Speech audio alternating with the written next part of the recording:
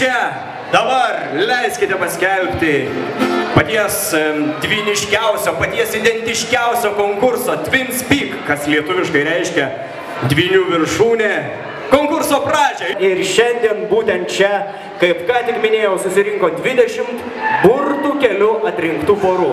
Dvinių gimsta tik 1,1%. Jūs esat unikalūs.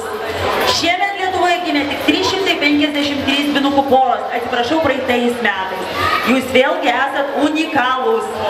Ir šiemet pirmi gimusieji kūdikiai buvo dviniai, dvi mergaitės. Taip kad jūs esat unikalūs. Kaip ir mes beje. Ačiū Jums, kad Jūs esat.